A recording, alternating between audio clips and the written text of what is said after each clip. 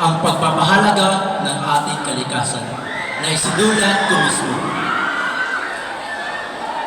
Kung ako lamang ay isang punong kahoy, sana'y maramdaman ko ang hangin na dumadaloy sa aking mga sanga.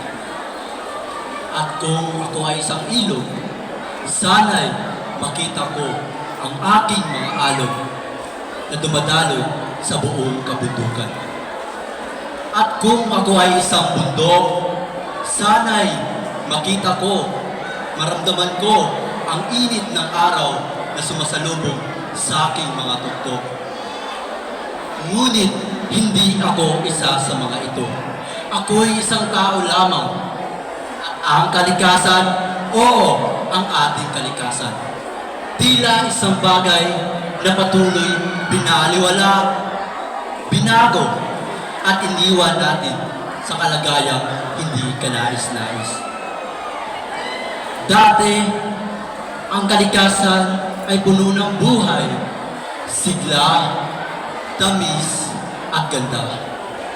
Ang mga punong kahoy na naging tahanan ng mga ibon, ang mga alon ay nagdadala ng buhay sa mga bukirin. Pero ngayon, ang mga ito'y dahang-dahang nawawala.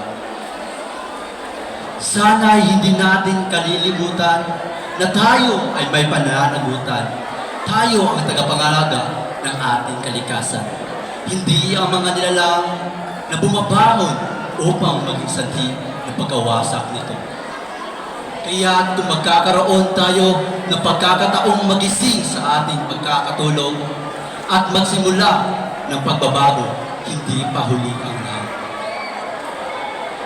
At kung darating ang araw na tayo ay magkaisa para sa ating kalikasan, tiyak na muli tayo makakakita punong kahoy na lumalago, ibon na lumilipad, at ilog na dumadaloy ng masaya.